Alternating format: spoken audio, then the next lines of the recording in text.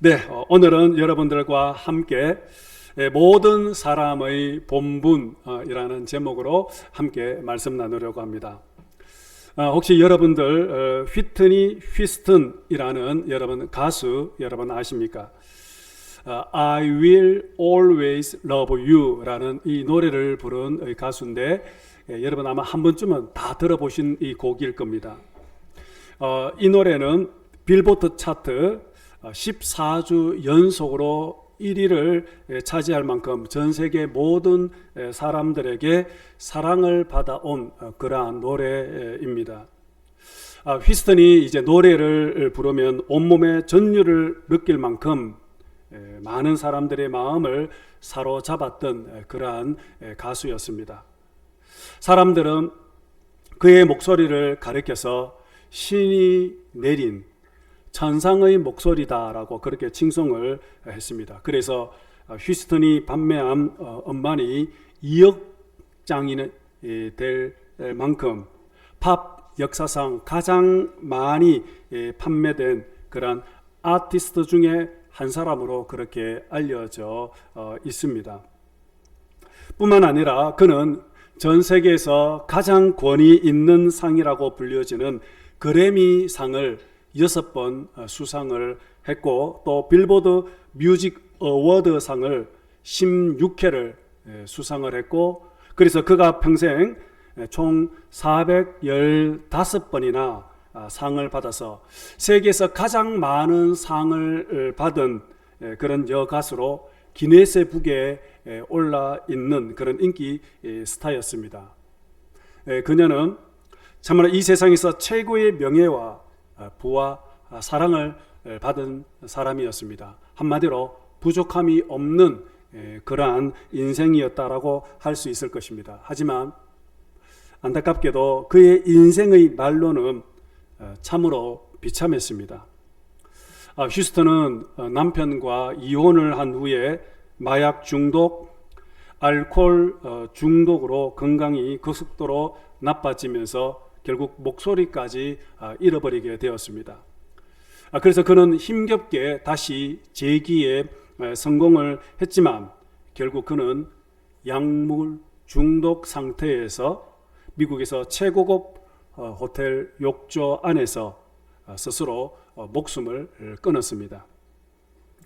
그가 죽었다는 소식을 듣고 전 세계 음악가들은 큰 충격과 슬픔에 빠지게 되었습니다. 이렇게 많은 사람들로부터 사랑과 인기를 한 몸에 받았던 그녀가 스스로 죽음을 선택해야 할 이유가 없었기 때문입니다. 특히 그가 목숨을 끊었던 날은 전 세계 음악인들의 최고의 축제의 날인 그래미상 시상식 전날 리허설을 하는 날이었습니다. 휴스턴도 리허설에 참석하여 노래를 부르며 축제의 그 기쁨을 나눈 뒤에 그날 밤 그는 최고급 호텔 스위트룸 욕조실에서 외롭게 이 세상을 등지게 되었던 것입니다. 혹시 먹을 것이 없어서 배가 고파서 생을 포기한 것일까요? 그녀가 남긴 재산은 2천만 불, 우리 돈으로 계산하면 260억이나 되는 돈을 그는 남겼습니다. 그가 죽고 난 뒤 그 재산이 모두 외동 딸이었던 18살 바비 크리스티나에게 이제 상속이 되었는데 18살이었던 어린 소녀에게 260억은 정말 천문학적인 그러한 돈이었습니다. 그런데 그 많은 돈도 바비 크리스티나에게는 힘이 되지도 않았고 결코 위로가 되지가 않았던 것입니다. 이렇게 비바 크리스티나도 역시 3년 후에 어머니와 똑같은 모습으로 욕조 안에서 음독 자살을 시도하여 6개월 동안 사경을 헤매다가 결국에는 죽게 되었습니다. 휘트니 휴스턴은 세상의 모든 것을 가진 그러한 여인이었습니다. 그가 움직일 때마다 늘 돈이 따라다녔고 가는 곳마다 많은 사람들이 목청껏 그의 이름을 환호를 하며 열광을 했었습니다. 인기, 사랑, 명예를 모두 쥐고 있었고, 하지만 그는 세상의 노래와 사람들의 칭송 소리는 결코 그의 영혼을 만족시켜주지 못했던 것이었습니다. 휴스턴의 영혼은 늘 목이 말랐고 또 채워지지 않는 어떤 내면의 세계의 갈증, 결국 미국에서 최고급 호텔 욕조 안에서 쓸쓸하게 이 세상과 작별을 해야만 했습니다. 저는 그녀에 관한 이 기사를 읽으면서 많은 생각에 잠기게 되었습니다. 과연 우리의 인생에 있어서 가장 필요한 것이 무엇인가? 우리의 인생에 있어서 제일 중요한 것이 무엇인가? 저는 곰곰이 묵상해 보았습니다.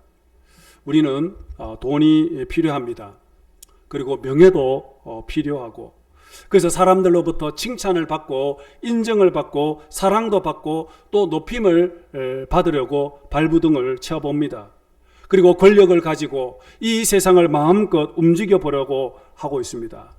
하지만 우리는 휘트니 휴스턴처럼, 그리고 그의 딸 바비 크리스틴을 통해서 이것이 결코 우리의 인생의 궁극적인 목적이 아니라는 것을 다시 한번 새삼스럽게 깨닫게 됩니다. 그런데 여러분, 이것은 굳이 세상 사람들을 통해서만 깨닫는 것이 결코 아니라는 것입니다. 오늘 아침 우리가 읽었던 이 전도서에서도 우리에게 똑같은 이야기를 전해주고 있습니다. 전도서는 이렇게 시작을 하고 있습니다. 전도서 1장 2절 3절 함께 보도록 하겠습니다. 시작. 전도자가 이르되 헛되고 헛되며 헛되고 헛되니 모든 것이 헛되도다.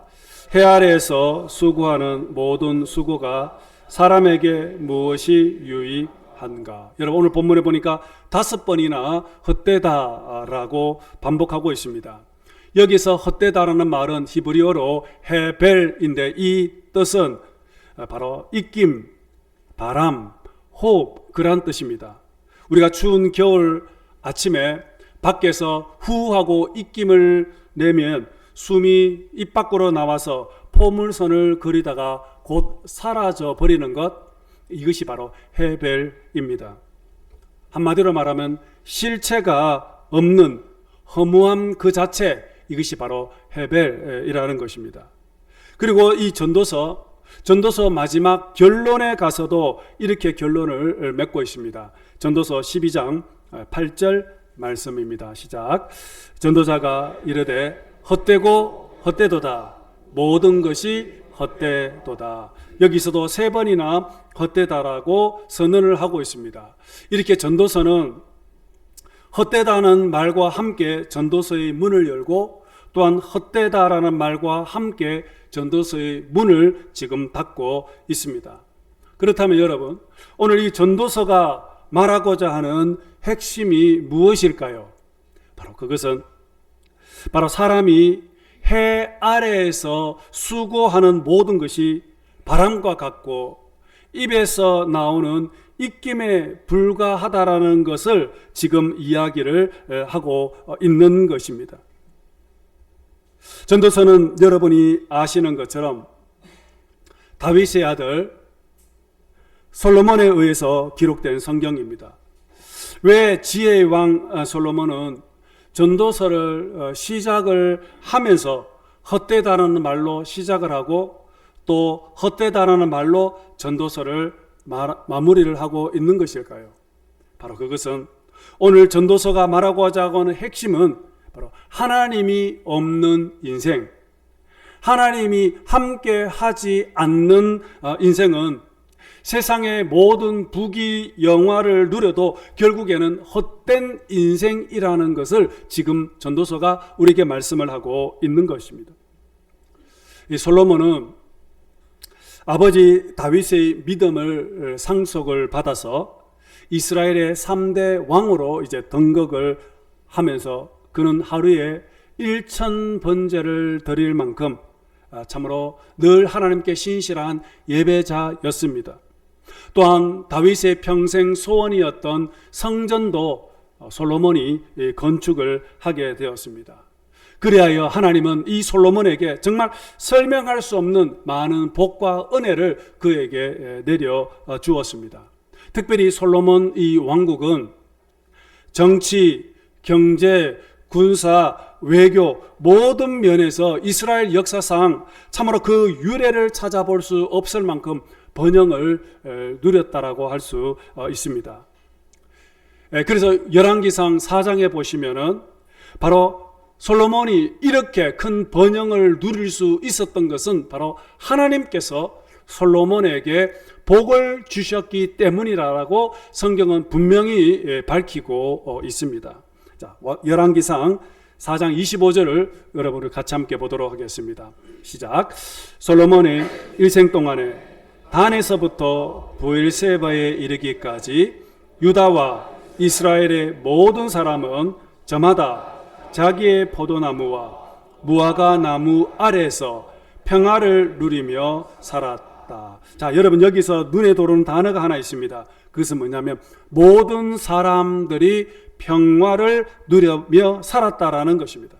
모든 백성들이 무화과 나무, 포도나무 아래에서 평화, 즉 샬롬의 삶을 살았다라는 것입니다. 여기서 포도나무와 무화과 나무는 풍요와 번영 그리고 평화를 상징하고 있습니다. 이렇게 솔로몬이 다스릴 때에는 나라에 전쟁도 일어나지 않고 경제적인 그런 혼란도 없었고 백성들 모두 다 참으로 평화로운 태평성대로운 삶을 살았다라는 것입니다. 의로운 왕 한 사람 때문에, 그 한 사람 때문에 온 백성들이 평화로운 삶을 누릴 수 있었다는 것은 어쩌면 왕으로서 누릴 수 있는 최고의 복 여러분 아니겠습니까? 뿐만 아니라 그 임금을 모시고 살아가는 백성들도 아마 가장 복되고 행복한 삶이라고 할 수 있을 것입니다. 이렇게 솔로몬이 큰 복을 누릴 수 있었던 것은 다름 아니라 바로 하나님께서 솔로몬에게 복을 주셨기 때문에 이러한 은혜로운 삶을 누릴 수 있었다라고 성경은 분명히 밝히고 있습니다. 그런데 참으로 안타까운 것은 이렇게 부족함이 없는 넘치는 복과 은혜를 누렸지만 시간이 지나면서 그의 인생의 말년에 와서는 점점 믿음이 변질되었고 또 타락하기 시작했습니다.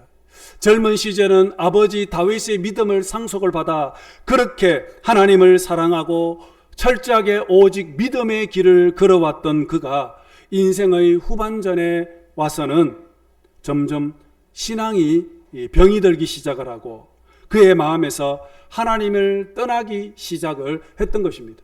이방 여인들을 사랑하게 되고 또한 우상을 섬기게 되어 결국에는 하나님으로부터 멀어지는 그런 믿음을 신앙을 하게 된 것입니다. 그래서 하나님은 솔로몬에게 2번이나 나타나셔서 솔로몬에게 경고를 했습니다. 우상을 버리고 죄를 버리고 다시 하나님께로 돌아오라. 하지만 그는 하나님의 말씀을 듣지 않고 계속 우상과 죄악 가운데 있다가 결국에는 하나님의 무서운 심판을 받게 되었습니다. 바로 그것이 나라가 분열이 되는 그런 아픔을 경험하게 된 것입니다. 이스라엘이 남과 북으로 분열되어진 것은 결국에는 솔로몬의 이 범죄 때문에 결국에는 자신의 아들에게 분열된 나라를 상속할 수밖에 없었던 것이었습니다. 솔로몬은 어쩌면 이 땅에서 인간이 누릴 수 있는 최고의 부귀영화를 누려본 사람 중에 한 사람입니다. 해 아래 솔로몬보다도 더 많은 부귀영화를 누린 사람은 없었을 것입니다. 인간이 설 수 있는 최고의 정점에서 많은 재물, 많은 명예, 권력, 맛있는 음식을 먹이며 자기가 원하는 하고 싶은 대로 다 해 보았습니다. 하지만 가장 중요한 믿음을 잃어버렸습니다. 그리고 하나님을 멀리 떠나게 되었던 것이었습니다. 이제 솔로몬 왕은 인생의 마지막 종착점에 도착해 보니, 인생의 마지막에 도착해 보니, 지나온 자신의 인생길을 돌아보니 참으로 하나님이 없는 인생, 하나님이 함께하지 않는 인생은 참으로 저주받은 인생이요, 하나님의 무서운 심판을 있다라는 것을 그는 비로소 깨닫게 되었던 것이었습니다. 세상에서 아무리 성공하고 출세해도 하나님이 없는 인생은 허무한 인생이라는 것을 솔로몬이 깨닫게 되었던 것입니다. 그래서 솔로몬은 그의 인생 마지막 날에 전도서를 기록을 하면서 그 전도서의 첫 시작을 헛되고 헛되며 헛되고 헛되니 모든 것이 헛되도다라고 그렇게 선언을 했던 것입니다. 전도서를 읽어보면 이 전도서 안에는 헛되다라는 말이 40번 이상 등장을 하고 있습니다. 또한 이 전도서 안에는 헛되다는 말과 함께 해 아래라는 단어가 30번 이상 언급이 되고 있습니다. 여러분, 여기서 해 아래라는 이 말의 의미는 뭐냐면은 인간이 활동하며 살아가는 모든 영역을 의미하고 있습니다. 결국 우리 인간은 해 아래에서, 이 땅에서 아무리 노력하고 수고하고 땀 흘려 살아간다 할지라도, 인생의 최고의 경지 정점에 도달한다 해도 해 아래에 있는 인생은 결국은 헛된 인생이라는 것을 지금 말씀하고 있는 것입니다. 그런데 여러분, 이 전도서는 오늘 우리들에게 하나의 가능성을 지금 열어놓고 있습니다. 바로 그것은 바로 해 위에 계시는 하나님, 즉 하늘 위에 계시는 그 하나님을 향하여 가능성을 지금 열어놓고 있다라는 것입니다. 지혜자 솔로몬은 해 아래가 있다라는 것은 반대로 해 위가 있다라는 것을 지금 우리에게 알려주고 있다는 것입니다. 이 세상 넘어 하나님이 분명히 존재하고 계신다라는 것을 지금 말씀하고 있다라는 것입니다. 해 아래 이 세상에서의 삶은 비록 허무하고 헛되고 세상 모든 것을 다 가진 것 같지만 언젠가는 우리는 이 세상을 떠나는 날이 오게 되고, 그리고 우리는 그 다음 해 위의 삶을 우리가 살아가게 된다라는 것을 지금 성경이 말씀을 하고 있다라는 것입니다. 그래서 전도서는 이렇게 마무리를 하고 있습니다. 오늘 본문 14절 말씀입니다. 오늘 본문 14절입니다. 시작. 하나님은 모든 행위와 모든 엄밀한 일을 선악간에 심판하리라. 아멘. 여러분, 왜 하나님이 심판하신다라는 말로 전도서를 끝을 맺고 있습니까? 이것이 바로 전도서 마지막 장 마지막 절입니다. 옛날 로마에서는 전쟁에서 승리를 거두고 돌아오는 장군들이 이제 시가 행진을 하게 되면은 그때 노예를 시켜서 큰 소리로 외치게 했습니다. 장군들과 군사들 뒤를 따라오면서 이렇게 외쳤습니다.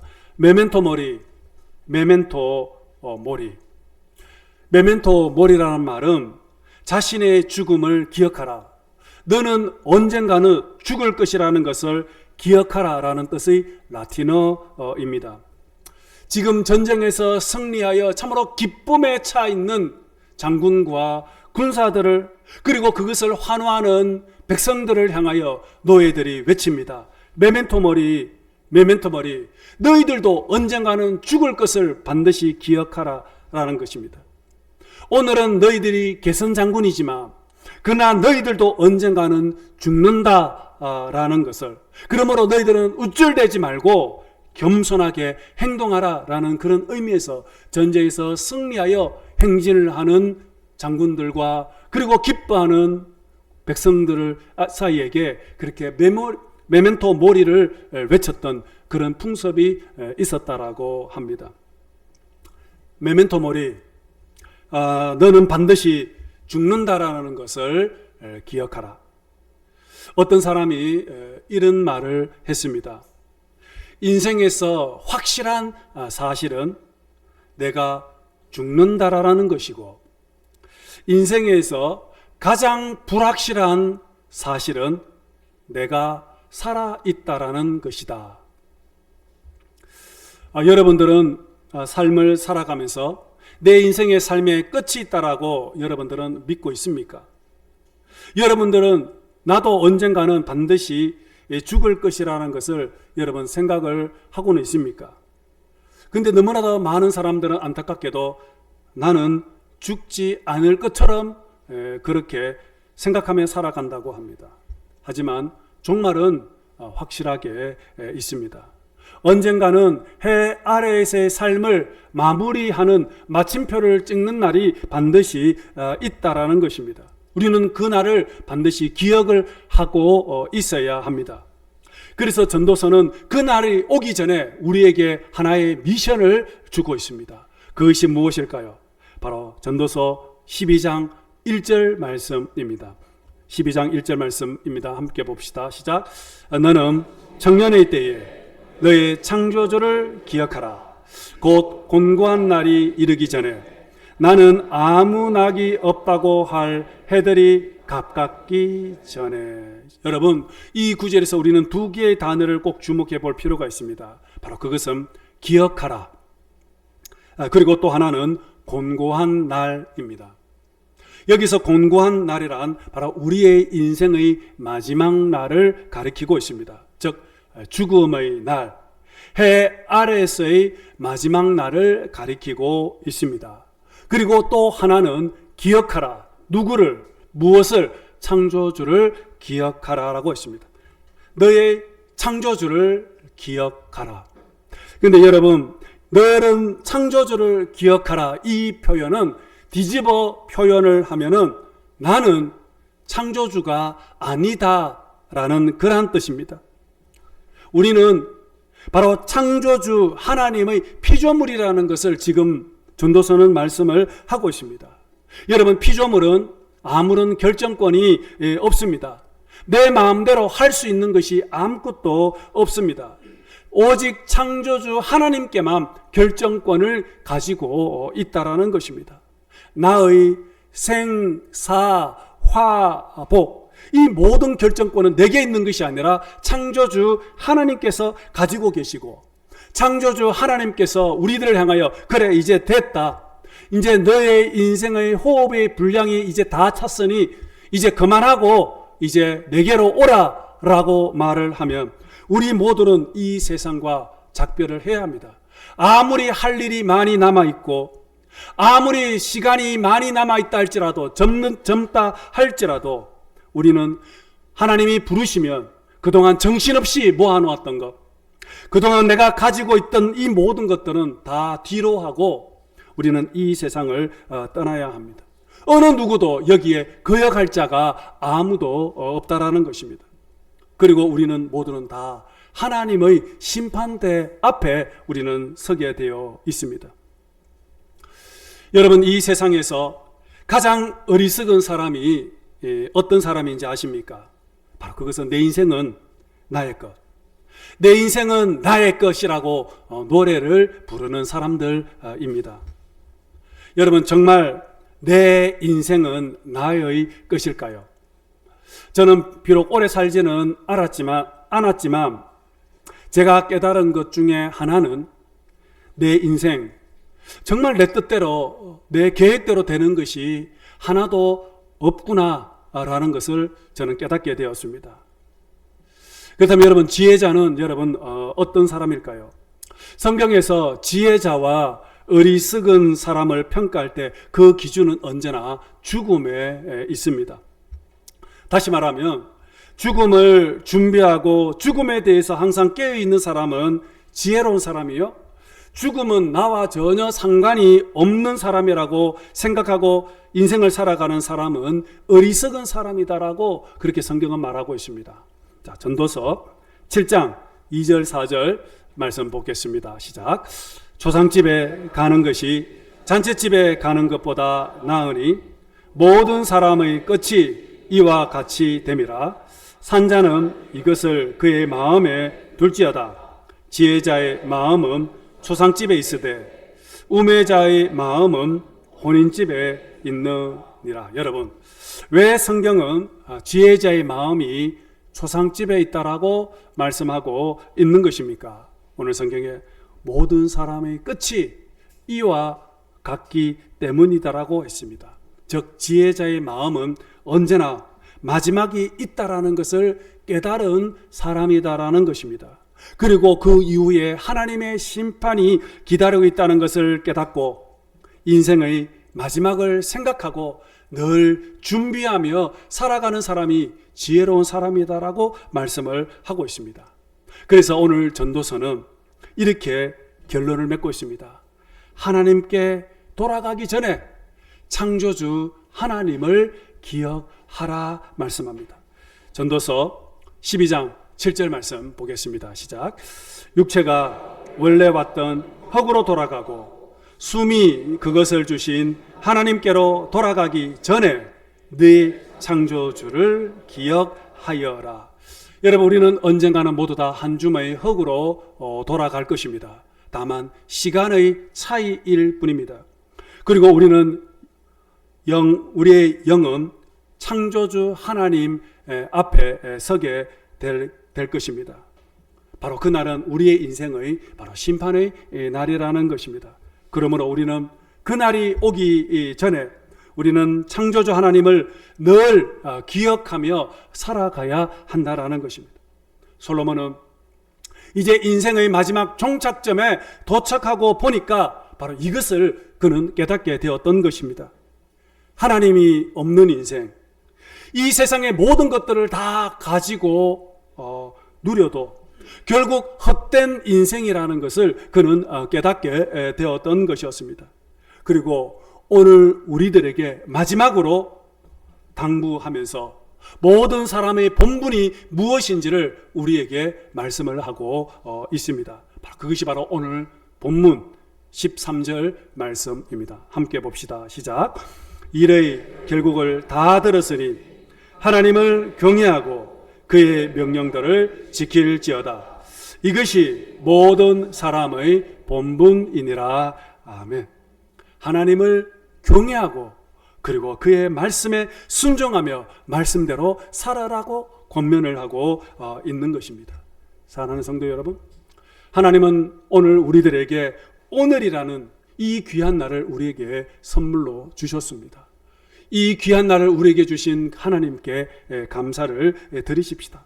그리고 하나님께서 주신 오늘 이 날을 그냥 헛되이 보내는 것이 아니라 하나님께서 내게 주신 귀한 이 사명, 내가 이 땅에서 마지막 호흡하는 날, 공고한 날이 찾아올 때까지 우리는 열심히 힘을 다하여서 주의 영광, 주님의 나라를 위해서 힘있게 살아가고 오직 말씀과 기도로 통하여서 하나님께 영광 돌리는 그런 아름다운 삶, 그리하여 우리의 인생의 마지막 날이 도다왔을 때 해 위의 삶이 시작될 그때 조금도 미련을 가지지 않고 아쉬워하지 않고 찬송하며 하나님께 영광을 돌릴 수 있는 그런 아름다운 믿음의 길을 걸어가시는 오늘 저와 여러분들 모두 되시기를 주님 이름으로 축복합니다.